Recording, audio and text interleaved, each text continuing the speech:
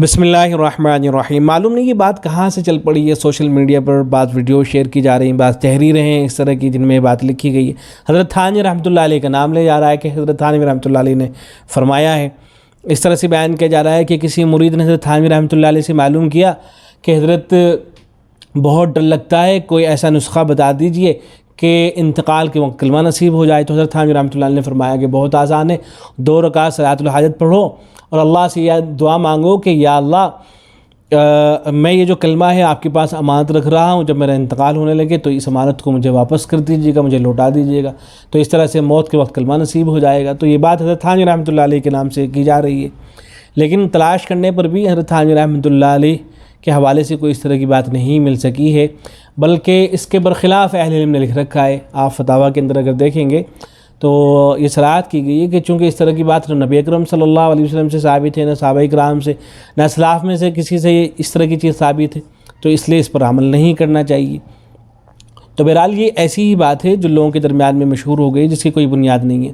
دارالفتہ بن نور down کا فتویٰ ہے، اس میں لکھا گیا ہے کہ کلمہ پڑھ کر اللہ رب العزت کے حضور اس غرض سے امانت رکھوانا کہ اللہ موت کے وقت کلمہ نصیب فرما دے گا، نصوص شریعہ سے ثابت نہیں ہے۔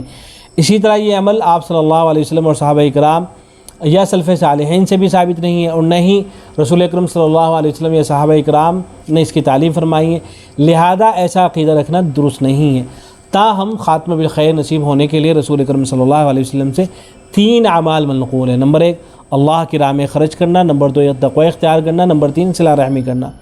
بس صورت مسئولہ میں حسن خاتمہ کے لیے مذکورہ بالا امور کا خاص اہتمام رکھنے کے ساتھ ساتھ شرعی احکام کے مطابق زندگی گزارنے کی کوشش کرتے رہیں۔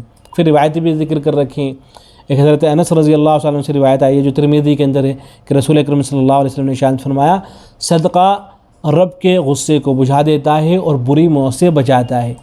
ایسے ایک روایت طبرانی کے حوالے سے نقل کی گئی حضرت علی رضی اللہ عنہ سے کہ رسول اکرم صلی اللہ علیہ وسلم نے ارشاد فرمایا کہ جسے یہ بات خوش کرے کہ اللہ اس کی عمر دراز کرے اور اس کے رزق میں وسعت پیدا فرمائے اور اس کو بری موت سے بچائے، تو اسے چاہیے کہ اللہ سے ڈرے اور صلہ رحمی کرے۔ تو یہ 3 باتیں ہیں، اللہ سے ڈرے، تقوی اختیار کرتا رہے، صلہ رحمی کرے اور صدقہ و خیرات کرتا رہے، تو انشاءاللہ بری موت سے محفوظ رہے گا ایسا شخص۔ تو ان چیزوں کا اہتمام کرنا چاہیے۔